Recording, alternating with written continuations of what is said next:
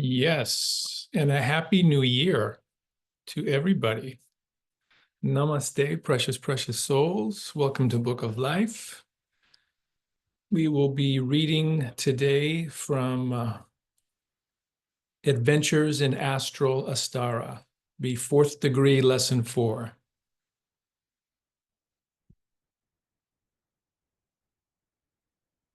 And with that, I don't see anybody in the waiting room at the moment, but we will invoke and then we will start having some fun. And we do have the newsletter, so we'll be able to end with a nice little blessing afterwards, which will be nice. I always like those. Thank you, Valerie, for getting the newsletter out. All right. So go ahead and just place the tip of the tongue on the palate. Be nice and relaxed, be in a receptive pose.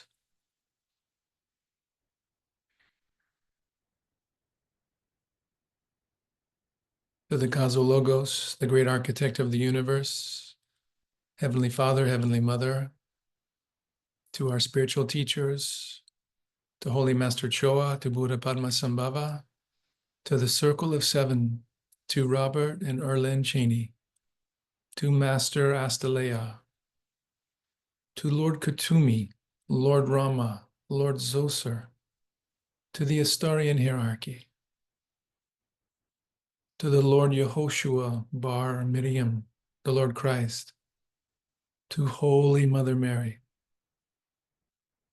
the Lord Kuan Yin Buddha, Lord Gautama Buddha, to all the great ones, our celestial guides, our angel guides, our spiritual guides, our oversoul, higher souls, to the planetary logos, Sanat Kumara, the Ancient of Days, the Lord of the world, to the solar logos, Lord Amen-Ra, to the universal logos, the central spiritual sun, the one about whom naught may be said. We humbly invoke for your divine blessings.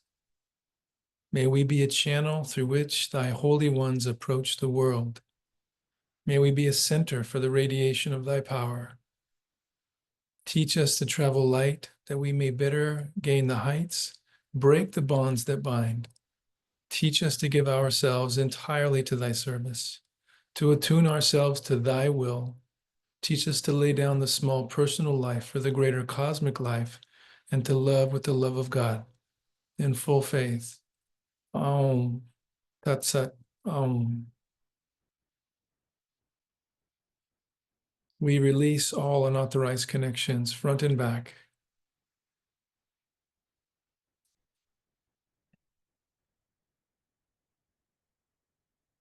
Okay. So we're starting off the new year, Adventures in Astral Astara, fourth degree, lesson 4. Astral Astara. Those relating out-of-the-body experiences often vividly describe spiritual homes, cities, templates, magnificent cathedrals, buildings beyond human description. Those of us who are familiar with flights outside our physical forms have witnessed the fairyland that superimposes the space above Astara. Bringing the vision into a scope more readily visioned by the Astarian, let us for the moment limit our description of the astral and celestial temple that superimposes Astara. Its beauty cannot easily be described. The vibrating colors, the majesty, all of these simply words. The light rays of the superimposing temple extend so far into the heaven worlds, it is useless to attempt to limit them. In this sense, one could say the temple is roofless, like Jacob's ladder, ascending into heaven. Light rays of indescribable hues rise to heights beyond discerning. When one views the spiritual temple in the out-of-the-body state, it is the physical aspect of the tiny building that fades away. As the spiritual temple comes into focus, it assumes a tenuous yet solid quality. What appears to be a miniature temple on the earth plane becomes a city of light in the upper spheres. That which penetrates the astral is called the city of Astral Astara, while that portion which ascends into the realms beyond Summerland Astara This is a celestial Astara, yet on higher planes. Nevertheless, all foundations are firmly rooted in etheric substance at the site of and surrounding Astara's actual temple on earth. All substance is real on its natural plane. In this beautiful city, since most Astarians in the immediate time after death linger a while in the city of astral Astara, let us focus upon its mystic activities. You and Zoser depart the bench by the river and continue your journey toward the gleaming city nearby. The city of astral Astara on the highlands of the astral is not too different from the city described in the Bible by the inspired apostle John. A city not made with hands, nor hoary with the years of time. A city whose resources have never been appraised and whose inhabitants have never been numbered. A city that has love for its law, perfection for its standard. It is toward such a heavenly city that all Astarians are tending. You and Zoser continue your journey. He inquires whether or not you are hungry, and you are astonished to discover that you are not, even though you have been in Highland for several days. The thought of food has not even crossed your mind. So busy have you been attending your own funeral service and listening to Zoser's teachings. He has just completed a teaching concerning homes and the way they are constructed, and about purgatory and the hell regions. As you walk slowly toward Astara, he enlightens you concerning food. Food for the soul.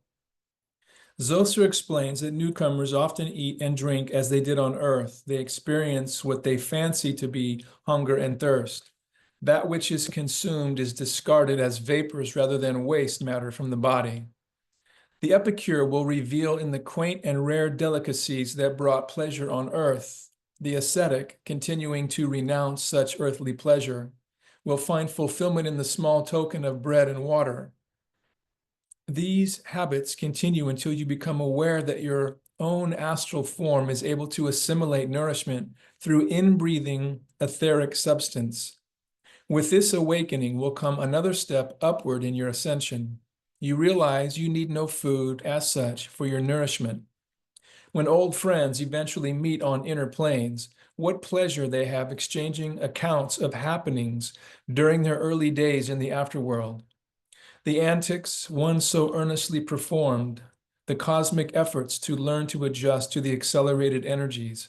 Such accounts must provide hilarious moments between old friends, much as we might tell tales of awkwardness and strange adventures when we learn to swim or ice skate or skydive. Does our sense of humor go with us to heaven? Probably among the most humorous is recounting one's adventures and discovering you no longer required food. How foolish one must feel after insisting upon the need of it, only to discover that all that is needed to be fed is to breathe. Those who preceded you must often smile at your fervent demands before you make this discovery for yourself. And then what a laugh you all must share. I often think of my stepdad who, in his later years, found life's greatest joy to be that of food and eating. What a time he must have given the angel helpers who tried to tell him he needn't eat. I'm sure for quite a while eating was his principal pastime in Highland, for I can quite imagine that he could never conceive of a place being heaven unless there was food to eat. But nourishment and life force is absorbed as we absorb air and sunshine or light on the earth plane. The air itself holds an essence containing all qualities necessary for the nutrition of the astral form. In it, it is mana-filled. There is a flow of cosmic light emanating from the higher planes that pervades the astral ethers. It is this cosmic substance that nourishes the spirit. However, just as on earth, food is often consumed in the spirit of unity with others. And for this purpose, there are to be found the most astonishing fruits and fruit juices. Earth never witnessed such fruit. Although bodies do not need such nourishment, they do impart a stimulating effect as well as pleasure. Like the flowers, so do the plums, cherries, grapes, grapefruit, melons grow without necessary tending. As they are picked, they are immediately replenished. There are no seasons of harvest, no decay, no spoilage. Is this reminiscent of Earth's healing pine forests? Fruits are grown for the purpose of picking, but not so some of the flowers. A great many are not to be plucked, since they are channels for the overflowing life current. Others are there for the sole purpose of gathering for the beautification of homes. Although Etherians do not require bodily nourishment, since theirs is a higher world, they experience a driving instinct to obtain a higher sort of food. Rest is theirs, to be sure, but not laziness. Much as we experience hunger, they feel a need to learn, to create, to be about the mother-father's business. Such learning becomes an innate enhancement. The immortal weaver. And what of our clothing here, you ask? How did I acquire this garment? Zoser explains that just as the homes and surroundings are the outgrowth of one's mental state, so are spiritual garments.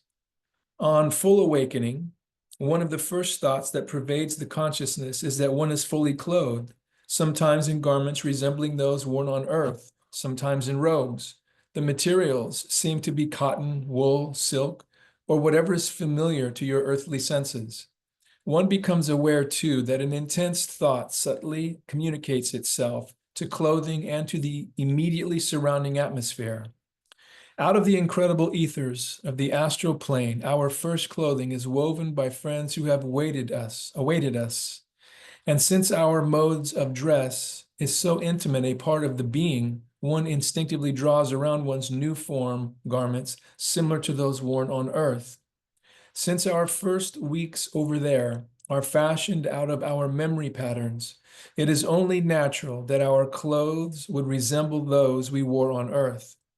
It doesn't take long for a newcomer to realize how one's clothing comes into being, and becoming aware of the creative powers of imagination and the mental talent necessary to achieve the weaving of clothing, one begins to devise other patterns of shaping of these etheric materials.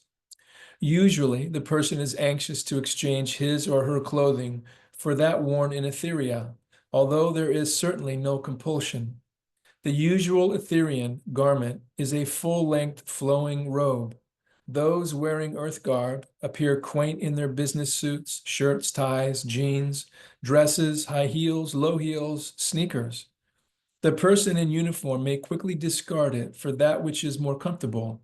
The priest or nun may immediately put away the familiar black garb for something more radiant. Such fashions appear quite incongruous in the surroundings in Etheria, especially since those who have been there any length of time usually wear the flowing robes. Many express surprise, even alarm, not to find the high beings exhibiting a long expanse of wings as Earth's art often depicts them. They soon discover how preposterous is the notion, simply because such an encumbrance would not only be impractical and clumsy, but even hazardous. The creative designs are limited only by the scope of one's imagination and the quality of the substance of the plane on which one finds oneself. Those near the earth in borderland wear clothing seemingly woven of threads of earthly substance. The lower the person in spiritual qualities, the coarser and heavier the clothing. It is not altogether fashioned from ethereal substance, but also from emanations from the individual. As it assumes shape upon each one as it emanates from each form, dark and smoky, those on higher planes seem to weave the substance upon their forms as their thoughts change and emotions vary. The atmosphere, charged with a peculiar force, has a singular effect upon clothing. Although those of the same spiritual quality would be garbed in material of the same texture, since it is composed of the same substance quality, still, the atmosphere modifies clothing to the degree that the innate character of each individual constantly fluctuates. That is, as one moves through any given area, the tints and colors of the garment may gradually change, perhaps due to a momentary mood, a change in vegetation and flowers, or even the musical tones pervading the atmosphere.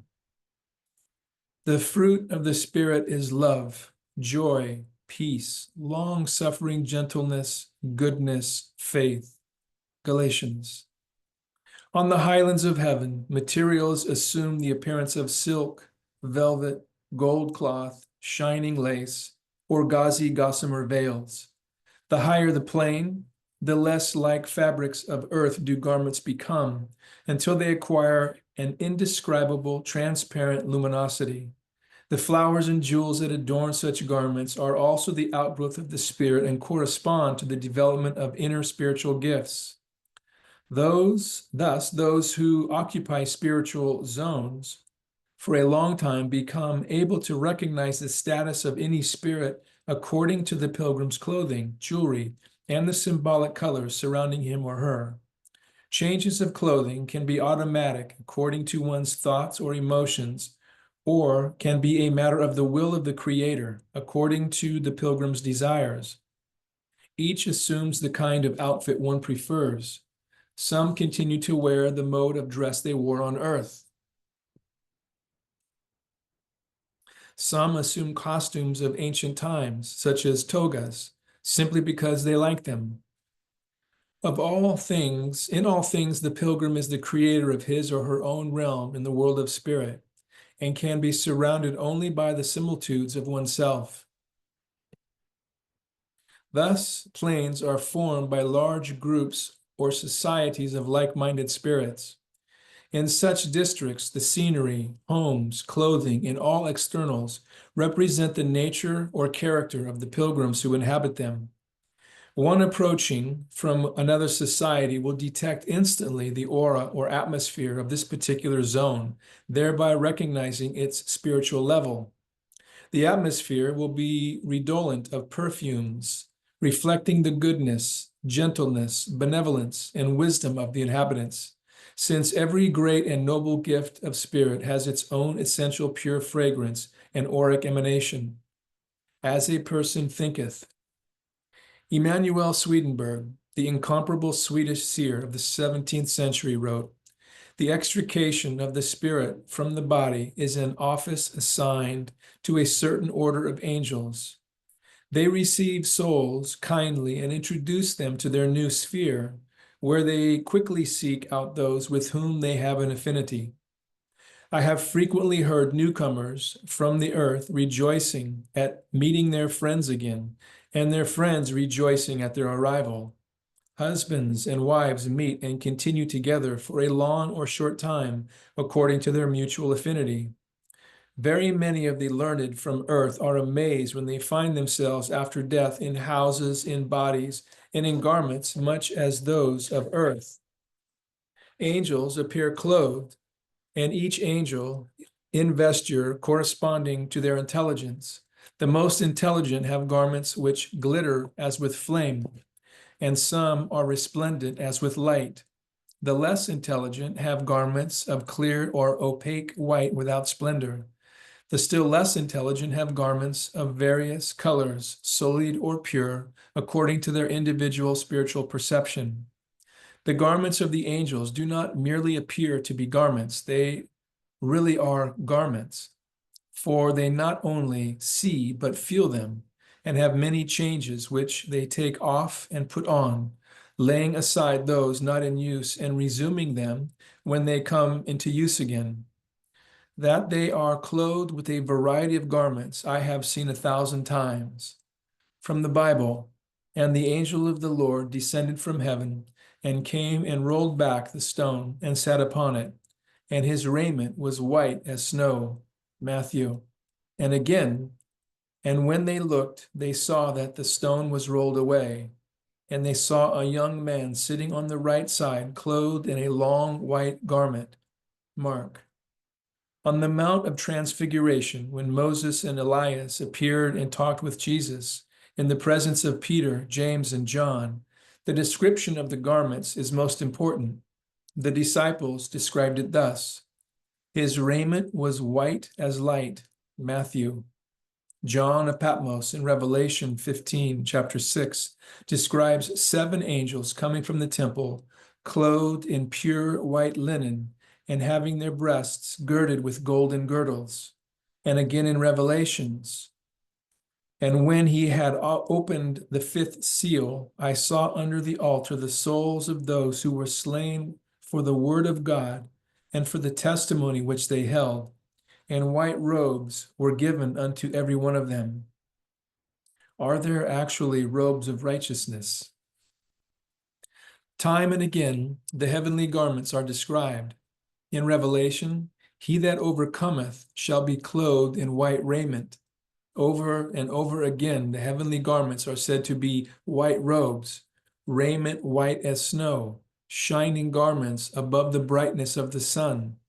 It would seem that only those who have overcome are clothed in garments of crystal whiteness that shine with a light beyond any earthly description. Wherefore, the first time clothes make the person.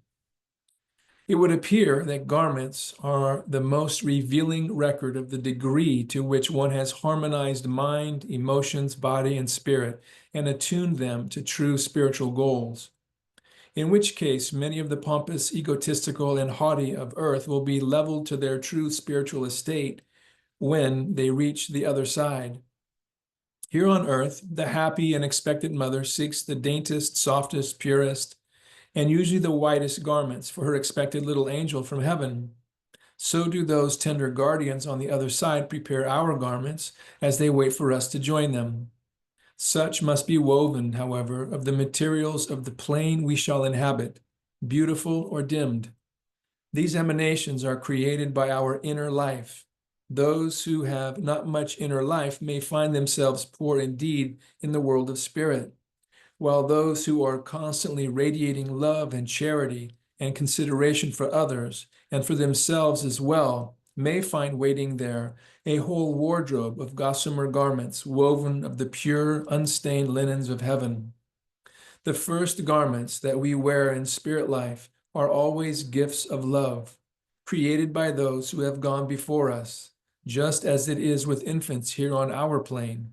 But as the infant gaining maturity must provide his or her own garments, so must the individual spirit gaining spiritual experience over there earn one's own garments. If the pilgrim has been directed to the lower planes and is unable to accomplish the art of weaving his or her own clothing from the substance of that plane, those of higher planes may still provide garments.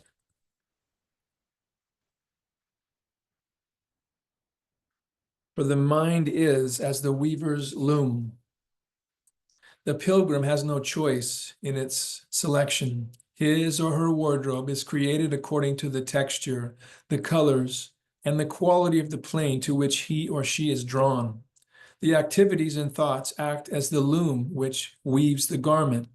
Like water lines stamped in the finest silk, these garments bear the reflection of personal principal acts, whether influenced by love or hatred, revenge or generosity, harmony or discord. The colors reflect luminosity or darkness accordingly. Only in time does the pilgrim gain an awareness of the goodness, the godness of all things. Eventually, one realizes that the entire universe rests upon the shoulders of love, and that love is truly divine. Its quality is forced upon no one, but flows from the Godhead freely upon all, even as the sunshine. Thus, as with our sunshine, each individual can decide for him or herself how much they are capable of assimilating. One can stand under its full blaze, or can creep under the shadows of dark thought forms as we would crawl into a cave. Refining changes can be made in the appearance of the garments only as one changes one's inner character. It is important to work to transform all that was negative.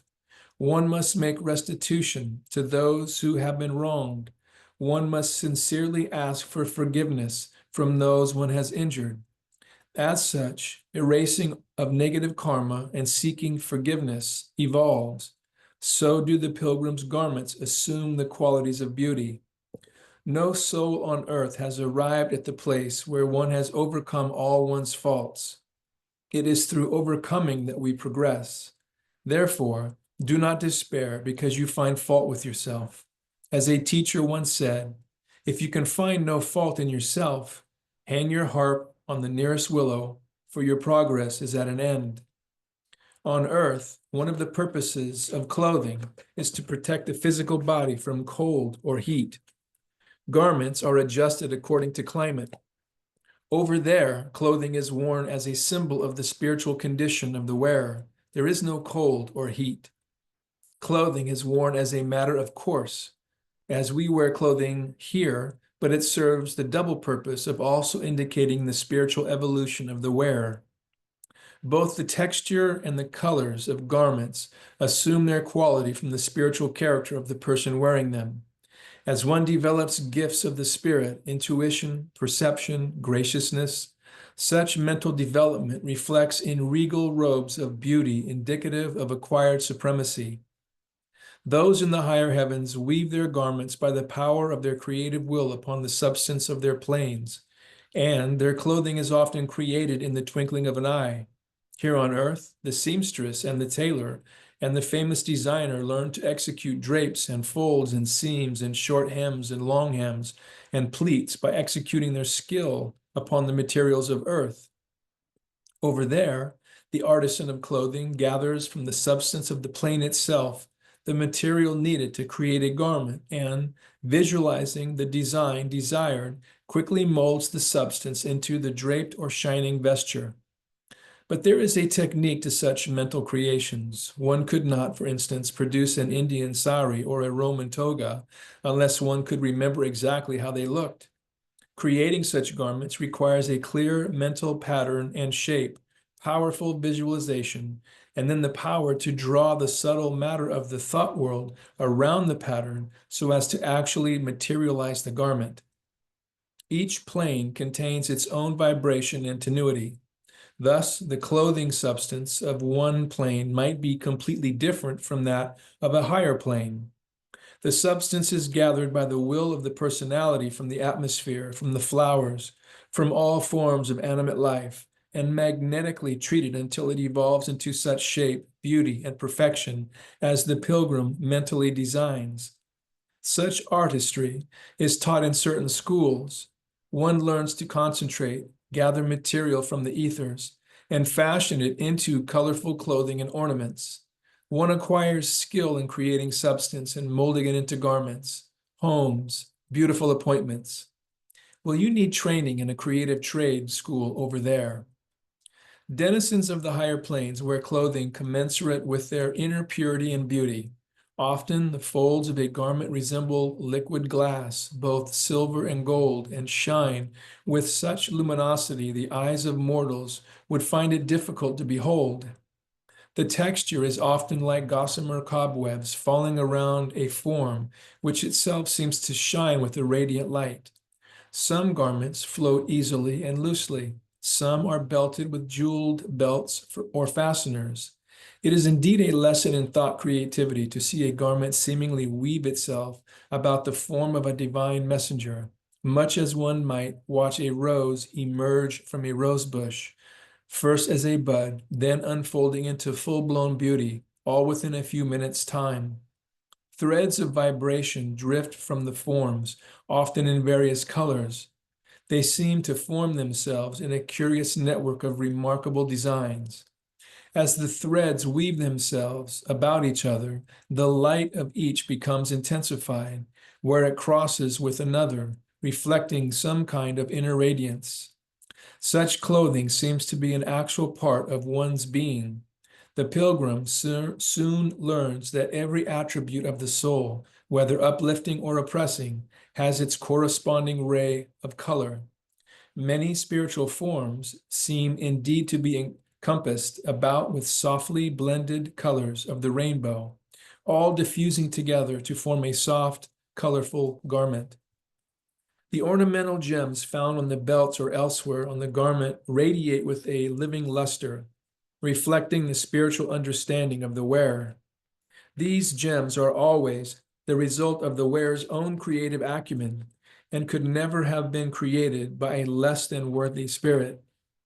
Other Ethereans form into groups depending upon their interests, becoming what is called an order. The order will adopt a certain spiritual gem, creating it as the crest of the order. It is not unusual for the garments of certain spirits to be adorned with numerous designs, much as a soldier here on earth will wear various medals and ribbons to designate military status. Every pilgrim who attains Summerland knows that every thought of divine intelligence generates life force, which in turn is imbued with an inexhaustible flow of love. This life-love force is that which sustains the entire univerculum. A soul can continue studying many ways to connect with this divine force, even while on the astral. Why is love an ever-living force? Those on even higher planes learn to create their glistening robes of glory, much as leaves emerge to clothe the trees, just as flowers of earth produce from within themselves their gorgeous array of colors and perfumes. The robes actually seem to become a part of such angels. They glow sometimes as if to be literally aflame in matchless incandescent splendor. In the celestial zones, there are beings whose bodies seem to be unclothed. Their very forms shine like the sun. They exhibit no nudity as would our bodies of earth. The rays flowing from them clothe their being with a golden glory, forming about them a shining aura of pure white light. Methods of communicating. Zoser has now spoken of homes, food, clothing, hell, and purgatory. You have experienced the sublime moment of total recall. He has taught you about gliding through astral space, joined in gales of laughter as you spread your wings, and behaved more like a canary than an eagle, cushioned your waverings until you finally managed to take off and land alone. Next, you inquire how it is that some pilgrims converse without speaking. You find a strange thing happening. In the midst of voicing a thought, you discover it has already been transferred to the consciousness of another. He or she suddenly knows what your words are. What is this uncanny method of communicating? Is it telepathy? Zoser explains. Little by little, Etherians train their minds to project thoughts and receive the thoughts of others. Speaking becomes increasingly cumbersome, but it is by no means discarded. Often the thought is begun by moving the lips from force of habit, completing the sentence telepathically. Telepathy is no more an automatic development there than here. It requires mental training, patience, perseverance, and spiritual effort. The art of telepathy is not acquired without considerable effort. Those who remain for long periods on the lowlands may never accomplish the sense talent of telepathy simply because they do not care to make the effort. Those who ascend to Summerland find the mental faculties opening easily and the use of words gradually becoming unnecessary. What is the advantage of becoming telepathic? Astarians who enter that fair land with their spiritual perceptions already partially unfolded will find themselves easily accomplishing astonishing feats. Others must laboriously open their spiritual senses. Universal speech. Once you leave the mid-plains of Australia and reach Highland and Summerland, you find that language becomes a universal perceiving of thought and feeling. The modus loquendi, that is, the manner of vocal expression, must be universal, else there could be no universal language. Language assumes a universal quality to every tongue, just as water is a universal solvent to every nationality. Why does not everyone converse in the spirit? Spirit language, in its ultimate freedom, takes the form of every conceivable speech and establishes, through feeling and thought, a mental rapport between conversationalists. The thoughts and emotions of one pilgrim are immediately known by another in that they can never say one thing and mean another. One cannot deceive and beguile without being detected. Word meanings cannot be misunderstood, as so often happens between people on earth. Strange to say, in the higher planes, even though different languages are spoken, the consciousness seems to perceive and understand. For instance, one who speaks English may converse with one who speaking French. The English speaker knows very well that the French speaker is speaking French, yet it enters the consciousness as English, and he or she understands the meaning of what is said. On the other hand, the French speaker, though not understanding English, seems to hear the words within the consciousness spoken in French. Thus, there are no language barriers. This perception comes through the possession of clairsentience, a perception of clear knowing and understanding. On earth, when we meet a person who speaks a language we do not understand, we rely upon intensified senses to perceive the other's meaning. We instinctively reach for a feeling of telepathy. We search the eyes. We watch the expression of the face and the gestures. And though we cannot understand the words themselves, we frequently can understand the meaning. Imagine this intensified 100-fold, and you will understand how an English speaker and a French speaker understand each other, though they know not a single word of each other's language. It is a question of telepathic interpretation through a universal language. This language can properly be called the language of the heart. It is the language of emanation. When attaining to this ability of discernment, one becomes aware that whatever predominates mentally emits an atmosphere which circumscribes one's person, affecting the entire temperament with an aroma and influence which corresponds to the vibrations of the emanation. Every object has its own force field. Everywhere human beings look, they see God, but their outer senses only perceive nature, the garment with which the divine being is clothed. Everything in this wild universe, from a sun to an atom, emits infinitesimal particles which reveal the state of its inner nature.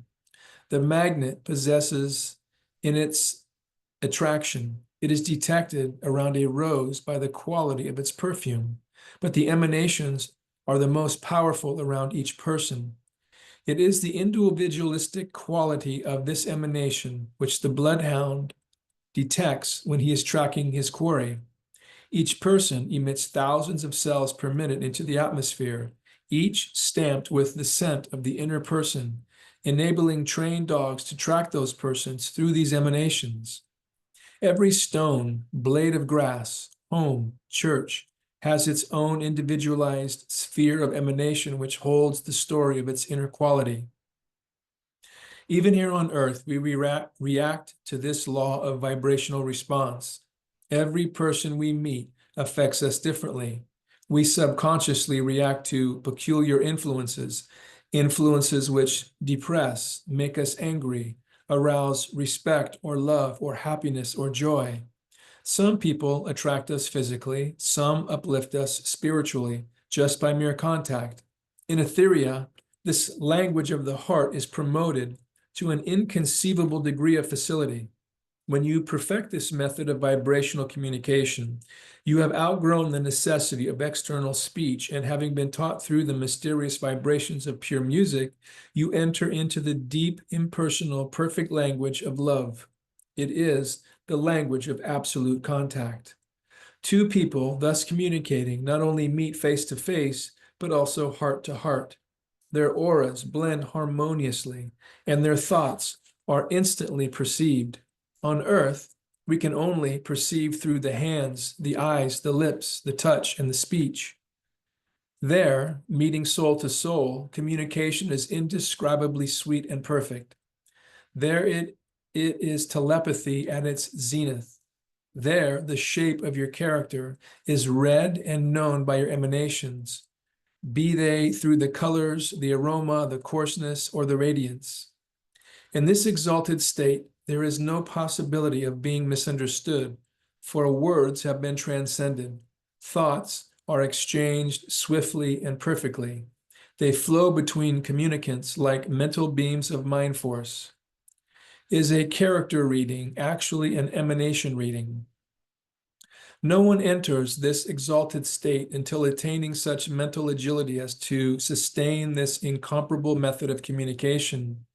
This interior language is that unutterable speech which poets strive to capture and express, which music, with its flowing notes and harmonies, very nearly approaches.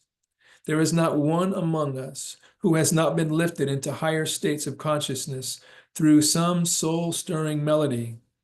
It has aroused love to its warmest and deepest aspect. It has brought to birth an inexpressibly beautiful, celestial, divinely blessed estate. Such an inner, exalted radiance cannot be described in human words, just as there is no grief like that which does not speak. It can also be said that when the soul is so stirred as to reach upward to commune with the divine, how poor are the utterances of human lips and pen.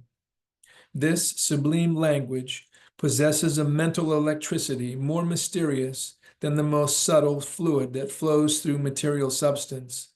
It is that heavenly voice which often speaks in the solitude. Two people who have truly loved will immediately recognize this communication. No need have they to express their love in human language. It is enough that it flows out of the soft light of the eye, the brush of the lips, the tone of the voice, the touch of the loving hand. Burton Bigelow, His Adventure. Astarians, since the very first words of the First Degree Lesson 1, you have been familiar with the name Burton Bigelow. He it was who wrote about the author at the beginning of Lesson 1. Brother Burton is your brother and mine in more ways than one. He is one of the most enlightened Astarians ever to have journeyed earthward during the 20th century. He became an Astarian when Astara was first born on Earth. He lived in New York at the time and was recognized in the business world as the high priest of sales management. His very important work kept him incessantly flying all over the nation, counseling, conferring, and guiding large industries in their sales management problems. But he was never too busy for us and Astara. Many local Astarians will recall hearing him lecture occasionally from Astara's platform. He never flew into Los Angeles in the days when Astara's headquarters was there without seeing us. Many were the hours we spent with him. Indeed, it was Burton and his guidance in our formative years that so inspired us to carry Astara toward the place it occupies on Earth today. He later moved from New York to Santa Barbara, California, the better to be near us. We often took our problems to him, and he was never too tired, too busy to listen. He read each lesson before its publication, and his invaluable editing helped to shape them into greater truth. Just as he was a disciple of the Master Kuthumi of Theosophical fame. So his mind and Robert's and mine were three of a kind. We taught him and he taught us. He was not only like a father to us both, but also brother, friend, and spiritual counselor. Thus it was with sad hearts that we bade him farewell when he graduated from earth to heaven in 1961. Before his going, he promised to stay close and to continue the teaching to and through Astara. Many an hours have I sat taking down Burton's answers to our many questions, not unlike receiving dictation. His teaching differed from that received from the masters in that his familiar voice was often heard word by word, whereas the higher teachings always come thought by thought. Almost as soon as he arrived over there, we began our question and answer barrage. Having been so advanced here on earth, it was to be expected that he would disembark from his upward journey in Summerlin, bypassing the astral and even highland. Therefore, the answers I recorded from him came from one in heaven, from his home in Summerland, Astara. He continued to answer our questions for several years following his graduation. Then he advised that he was taking a leave of absence, and his return was indefinite. We can only assume he has entered higher spheres. Perhaps he will return and dictate to us again, perhaps not. But we have his permission to share with you his teachings, and it is with happy hearts that we do so in the next few lessons.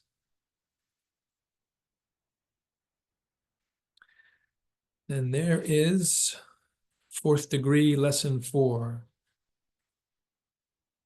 Can't wait to read these other lessons and gain some more of that. Who would like to receive the blessing of December or January? I'm sorry. Whoops, I'm a little behind. Okay, I see some hands. Here we go. So go ahead, just make sure the tongue is connected to the palate and just relax. Palms are facing up, legs uncrossed. To all those that we have invoked to the universal Logos, the central spiritual Son, the one about whom not may be said,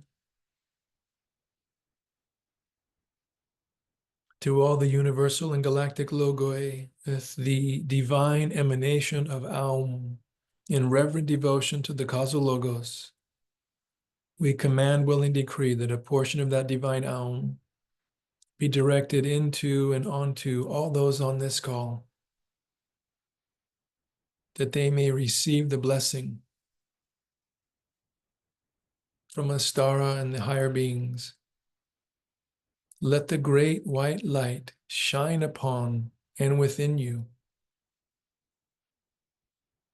Let it convey to your life the impulse towards satisfaction and achievement. Let it shine upon your path forevermore.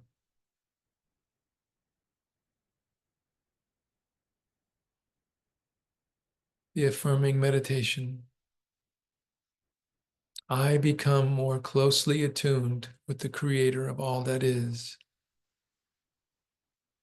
I am creating the inner circumstance which enables me to proceed toward a life pattern in the divine image.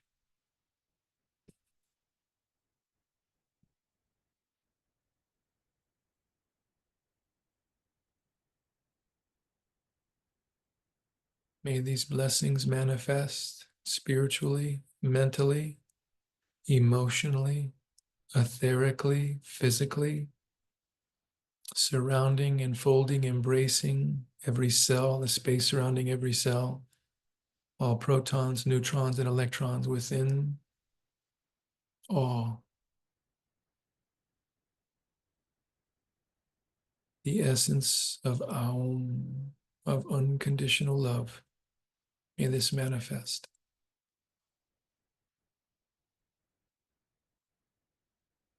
May this continually manifest for the next 3 days.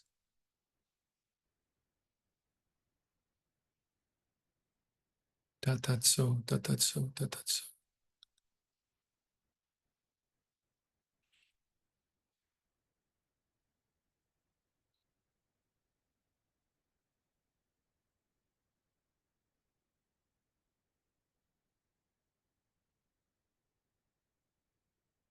Namaste, precious, precious souls. Thank you so, so much.